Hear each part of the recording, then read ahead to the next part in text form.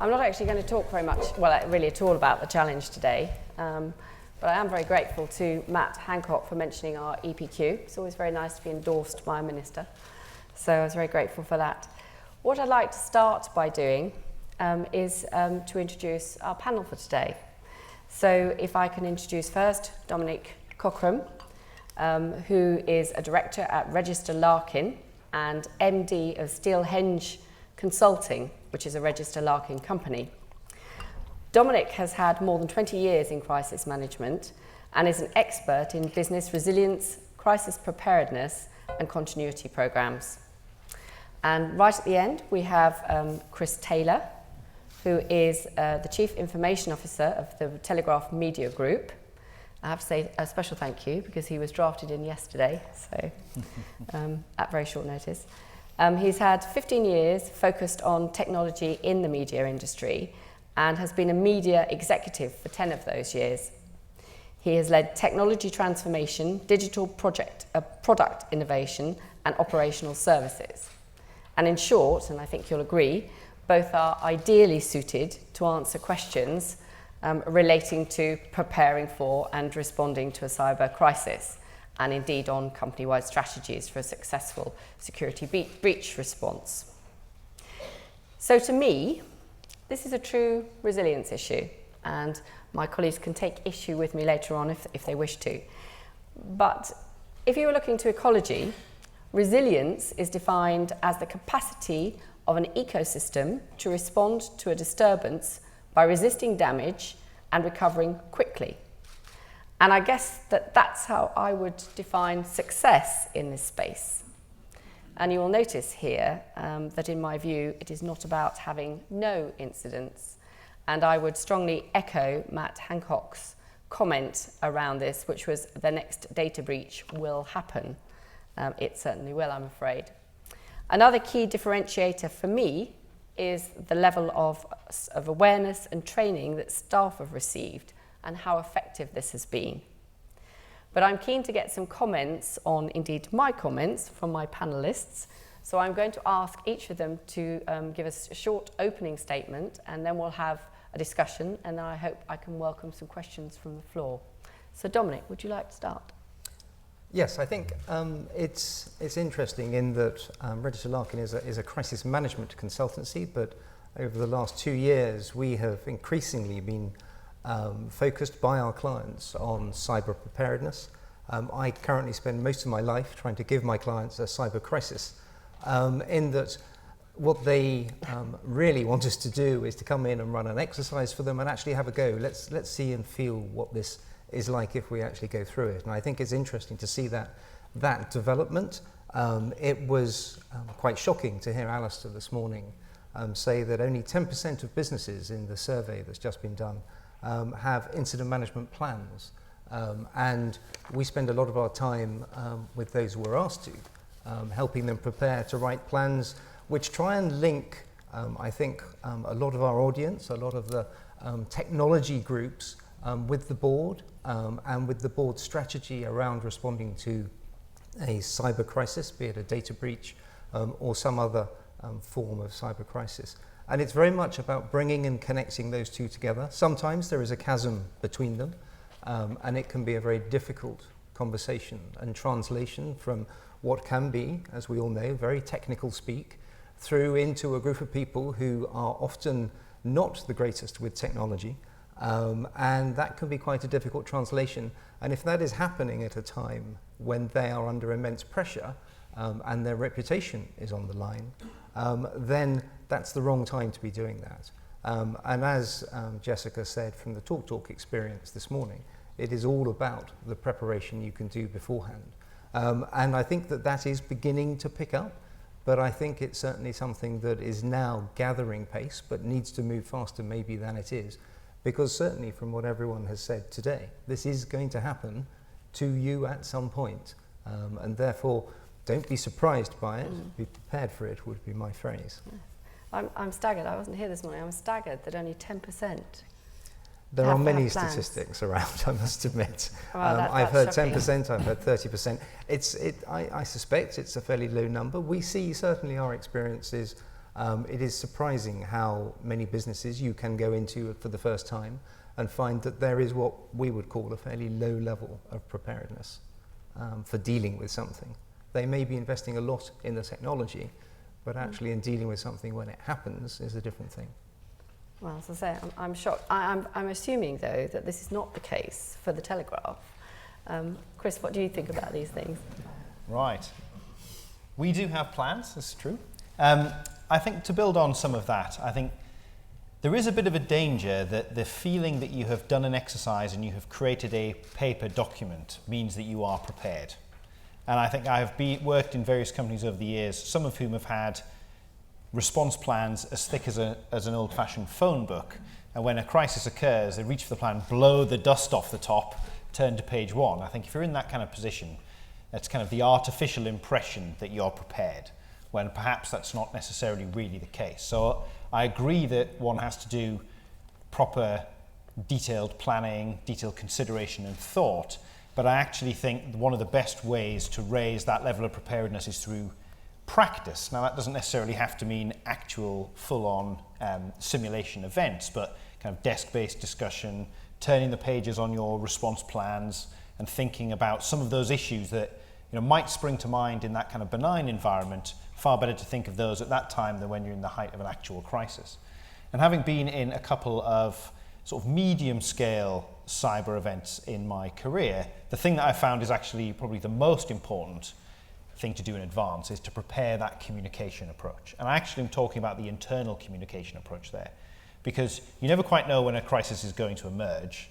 You never quite know exactly how you're going to be able or required to respond to it, because you won't know it's exactly the nature of the event until it happens, and no two are of course the same. But what you will know for definite is that you will need to be able to get hold very quickly of key people in your organization, whether that's decision makers, PR and comms people who can handle the external messages, or whether that is your technical and cyber specialists internally. And I think time spent on preparing and oiling those communication mechanisms and channels is never time wasted. Because if you can get the right people around the table or on the end of the phone, you usually find you can work most things out. If you struggle to get people to coalesce around an event like that, you're dead in the water. Yeah, I can see that it is extremely important. I mean, one of the questions that this raises for me is cyber actually different from any other crisis? Do you need a separate cyber plan, or is it the same? So, Dominic, you can start us off on that. I think it's a very good question, and certainly for us, I mean, cyber is one more. Cyber is an awful word. It covers a multitude of different sins, different risks, and you could have a cyber event that isn't a board level problem, but you could have a data breach that absolutely is, and so on. But to look at whether cyber is really going to. Sorry, I've lost my track of the question. Can you just repeat the question? Yes, the question was, do you need a separate plan for cyber? No, cyber is just another scenario. It is just another thing for the board. Now, I know there are many people who focus a lot of their life around cyber. It is, however, for the board, another thing that can go wrong. So for them, they very much have got their crisis management plans. We hope they should have them. And they're very clear how they are going to react. What they can have is something we find that actually can help them when faced with a cyber type scenario, which is usually just a small aid memoir to give them some indicators of some of the things they may need to think about that are different to other events, because there are certainly reputationally a variety of very different factors that come into play.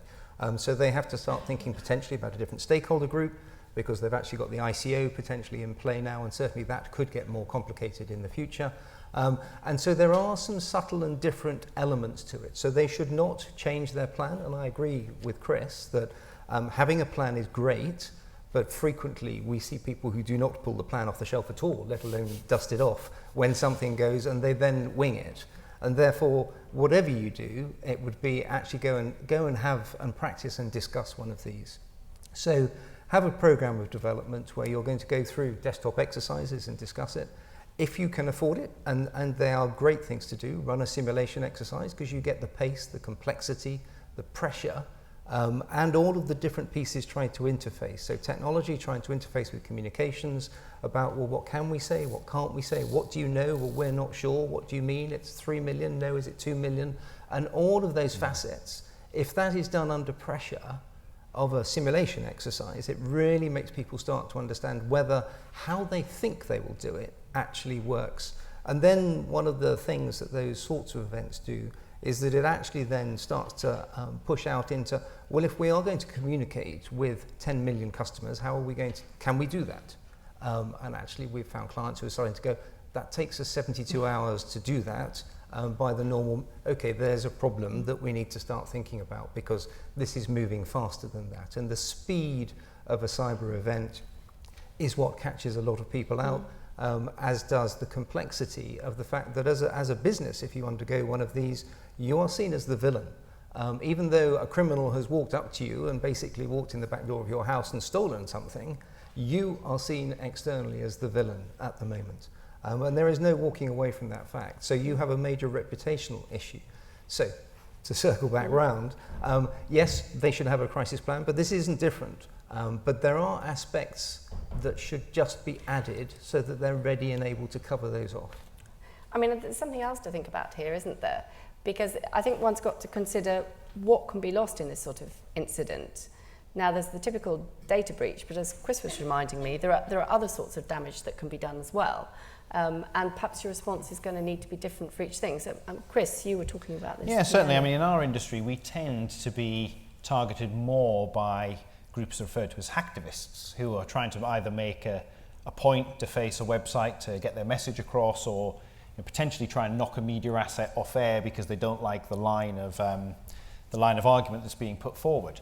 So that tends to be the predominant threat in the media industry. We're, of course, as corporations, also subject to all of the other threats that everyone else is around criminal activity and deliberate attempts to try and steal data.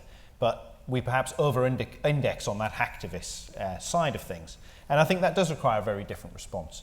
I agree entirely with the point that a cyber crisis is a crisis. And if you have well-oiled crisis management approaches, particularly at the executive level, you are well down the road to being capable of coping with a cyber event. Where I think there are actually quite a lot of differences are on how you handle that internally and operationally.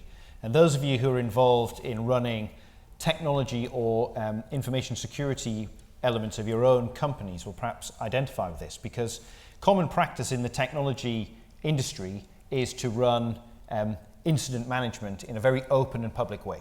So if you have a system in your company that has fallen over for some operational reason, rule 101 is to communicate as widely as possible about what's happened, what you're doing about it, when it's coming back. And in a cyber event, actually, the opposite can sometimes be true. Because if, unfortunately, you've been subject to another type of attack where you've actually got somebody who's got into your systems, they may even be in your email system, sitting on your network, and you're trying to manage that event and you're broadcasting publicly to the whole company about all the steps you're taking, of course they can sit and listen and observe and dodge and avoid what you're doing. Absolutely. So one of the things that we have done is actually we've adopted a slightly different approach to incident management internally when it's a cyber incident, and we have quite a tightly controlled distribution list of key individuals who genuinely need to be involved, and we very much dialed down the internal kind of megaphone for exactly that reason. And also because in part it's a subject which, to which people are, because it's in the media a lot at the moment, people often have quite a emotional reaction to it, quite a concerned and scared reaction. It's not seen as a routine operational matter because of course it isn't. So the last thing we want to do is to cause people to panic if we're addressing something that may in the end be relatively modest. Well, I think that gives us a little bit of thought, because I must admit, my thinking on this has been very much about data loss. That's what you always see in the public eye. But I think Chris has a very good point. And I'd be quite keen now, I think, to open up the floor for some questions. I don't know if anyone particularly wants to comment on that, or indeed on anything that Dominic has said. So can we have some questions? Can I see any hands? Yes? Tim Renshaw from Close Brothers. Question is really about when to hit the big red button in crisis management. So on one hand, there's somebody in a security operations team sees something might be suspicious. On the other, something has been underway for days. When do you get a board-level crisis team together? How do you do it without crying wolf? Okay, so who'd like to start? We'll go back to Dominic and then we'll go into... Yeah, it's a much often asked question. There are, I think, a variety of methods you can use. You can introduce a comfort with your staff that they can alert people, so you can have standby, you need to know about this, it's going on, but you don't need to do anything. You can have stand up, we need to do something now. And so you can manage it like that. We use a phrase that we quite like, which is prudent overreaction. So if in doubt, go up, because actually they would rather know usually than not know. And usually the board is far happier to decide they don't need to do something than they are to wish they did it yesterday. And we do see that in some of the live crises that we've supported, where the understanding of risk lower down the business actually was not the same as the board's sensitivity to risk, and therefore people escalated things later than the board would have liked it. And then aligning those two things is very, very important. And so people have really got to be very aware, particularly if there are certain key sensitivities around at any particular time in the business cycle. But I think that prudent overreaction is a pretty safe way to play it. Yeah, just to build on that, I would certainly encourage and do encourage the staff in our organisation to, if in doubt, escalate something. But I do feel that one of my responsibilities, and I would suggest it was the responsibilities of the technology executives in your company, is to actually make that measured judgment. I'm very comfortable about things reaching my desk and would never criticise somebody for overreacting, but I do think it's very much on my shoulders to make a judgment about whether something really merits hitting the panic button or not. So I think there's two dimensions. Escalating it to the board level executive responsible for cyber and information security, I would agree. If in doubt, overreact rather than underreact. Actually pressing that board level crisis button, I think, has to come down to the judgment of the executive responsible. Okay, we got any other questions? Yes, there's a gentleman here.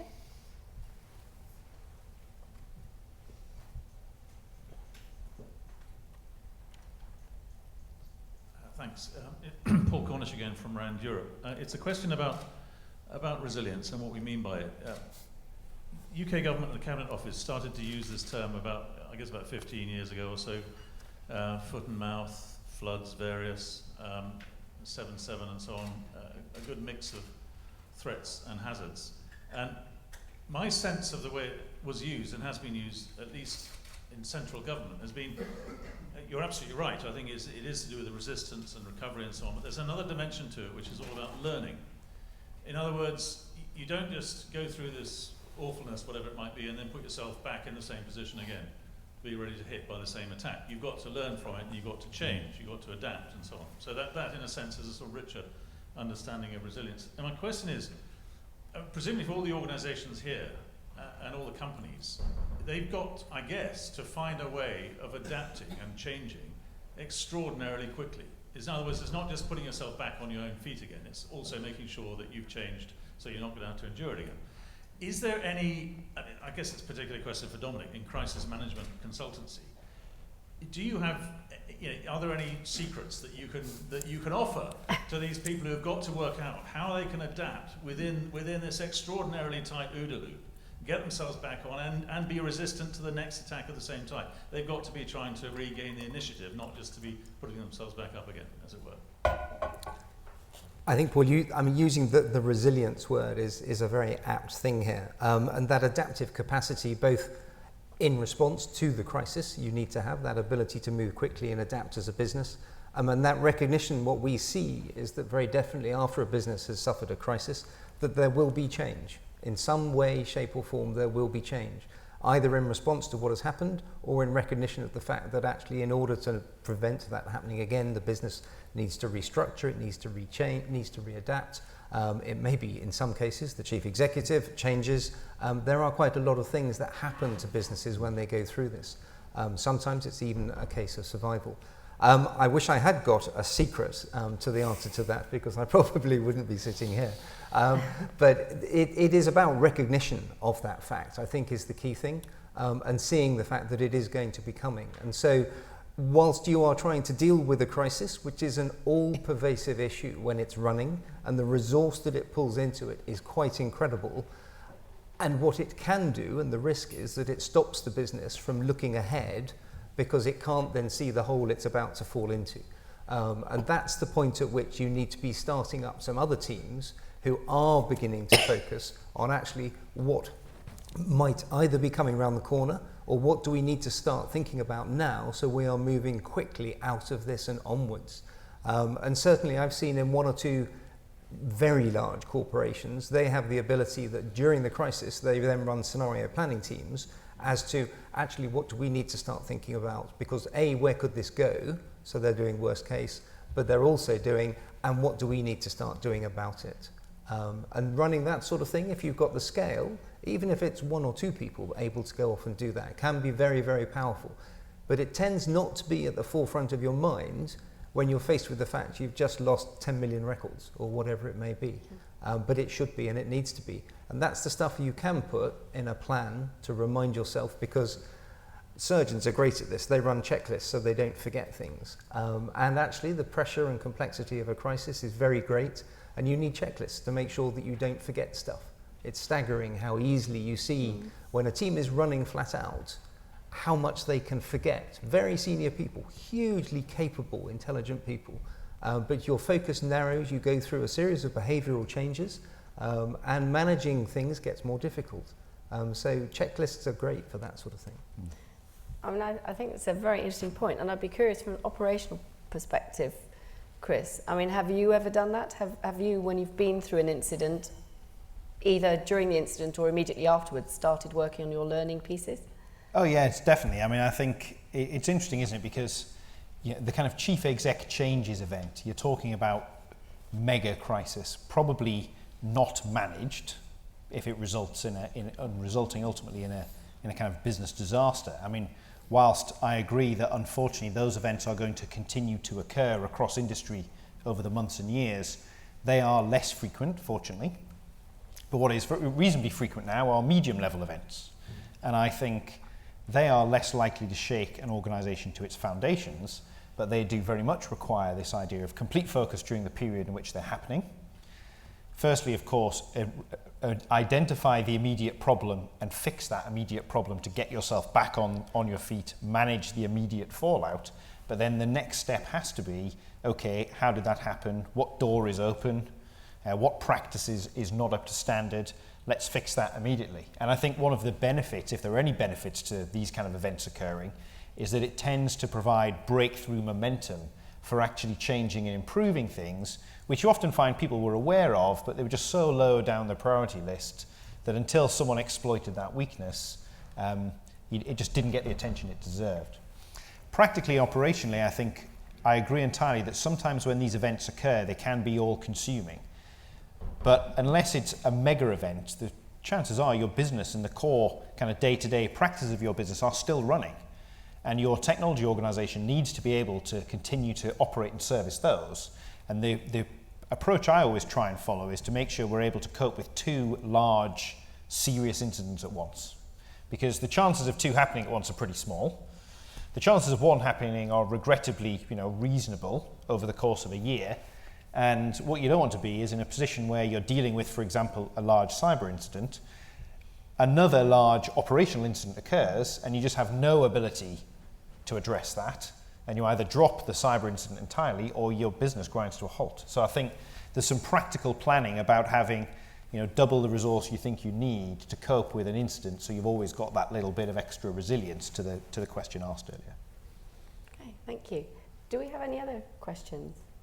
Oh yeah, there's a lady in red over there.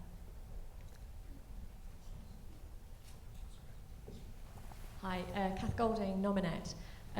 There's a variety of exercises that you can do, sort of ranging from just a paper-based exercise through to kind of a full red teaming event that might take, weeks, months of planning and cost a fortune. Do you have any metrics in terms of what are the most valuable? Dominic. Cost effectiveness, basically. Cost effective is a tricky one. For example, we're running, as Mike mentioned this morning, the John Lewis exercise. That's a big simulation. For me, It's a matter really more so about where your risk appetite lies. For me, for a large organisation, those are must-do events, either around cyber or around something else, sort of maybe once a year. If you're big, you should be doing that as part of your good governance, really. And it's not about the cost of that event. They don't need to be wildly extravagant. You can set the size and scale according to really what you want to do, but you want to manage to achieve facing the people you're throwing it at. You want to give them some complexity to deal with.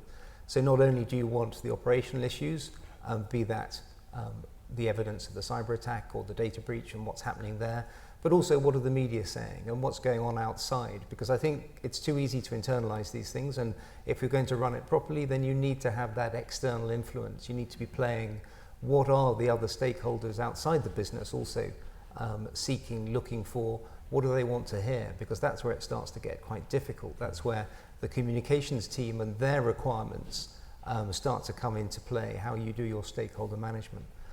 So I think a desktop is terrific, and they are really, really good for making sure that everyone is on song, everyone understands how the pieces fit together. They don't stress test it. And if you are a business that carries reasonable risk, then you should, and you would do at the technical level, you would stress test it. And I think actually at the management level, it should be stress tested as well, because we do see the pieces fall out of alignment when you're actually trying to get everything to join up and get to that press conference at 5 o'clock or whatever it may be. So I would say that actually the best value for money, in fact, is to run one of the big events. If you had either, I can do several desktops or I'll do a big event, I'd say do the big event, because there you really get to validate your plans and whether they work. Okay, well, thank you. We're rapidly running out of time, and I have a feeling we've really only just scratched the surface, but unfortunately we are going to have to draw it to a close. I suppose the 3 takeaway points I'm taking from this are, number 1, practice. Practice, practice, practice. It's always worthwhile. The interesting point about cyber not necessarily being something different from any other crisis, and I think that's quite important in our planning. And I suppose the third, and it's the thing that I think resonates mostly with me, the piece about change and adapt. You have to learn the lessons from your incident and adapt to them. So what I'd like to do just now is to take any final comments from you, Dominic and Chris. Let's start with you, Chris. No, I think it's a pleasure to have an opportunity to join the panel today. I think one can never be completely secure, and I think it's all about investing appropriately to be as appropriately secure for your resources and your business environment. And the counterpoint to that is being prepared, thinking and practicing in preparation for the regrettable reality that an event, hopefully a small event, is reasonably likely to happen to your organisation over the coming years. So I definitely think this prepare and react element of the jigsaw is an important one.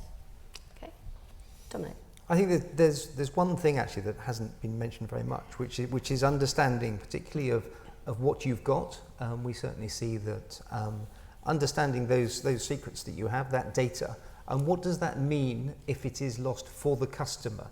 And I think it's that bit that we all saw out of the TalkTalk experience. You know, can you answer the TalkTalk questions that they got thrown at them, but can you answer them quickly? And you're not running to try and answer those questions when it happens, because that's stuff that you can do now. You can challenge yourselves. You don't need anyone else to come in and do that. You can challenge yourselves. Can we answer those questions with what we have? Because quite frequently we find that actually people can't answer those questions about their own data. It can be quite difficult. So I think that is certainly one to take away and think about. Wow. Thank you very much indeed. Thank you, Chris, and thank you, Dominic, and thank you all. Thank you.